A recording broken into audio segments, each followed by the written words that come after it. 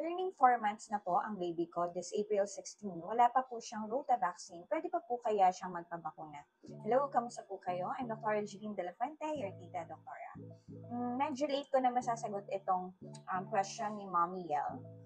My answer will apply to other questions na kung late na naibigay yung rotavirus vaccine. So, kailan nga ba binibigay ang rotavirus vaccine? Katulad ng mga nabanggit ko from the previous videos, ang rotavirus vaccine ay sinisimulang ibigay at 6 to 8 weeks old at maigi pong mas maibigay ito na mas maaga to make sure na protected ang baby. Rotavirus can be given for 2 doses or 3 doses depending sa brand ng rotavirus vaccine na unang naibigay sa inyong anak.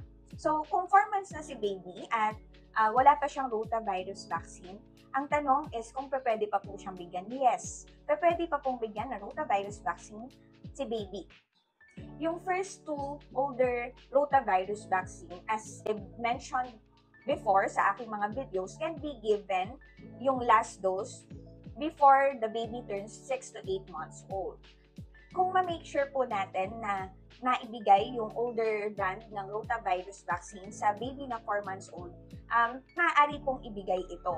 So, we can give it at 4 months, 5 months, kung 2 doses.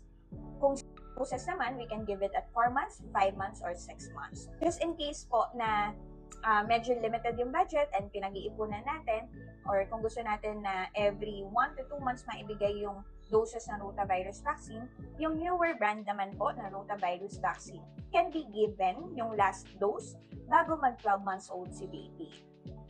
So, Mommy Yel, kung nanonood ka, yes po, pwede pa pong bigyan ng rotavirus vaccine si baby. Make sure lang po na makumpleto ang 3 doses bago at least mag 12 months old si baby. For the newer brand of rotavirus vaccine. So, mahalaga pong itanong niyo yan sa inyong pedya doctor.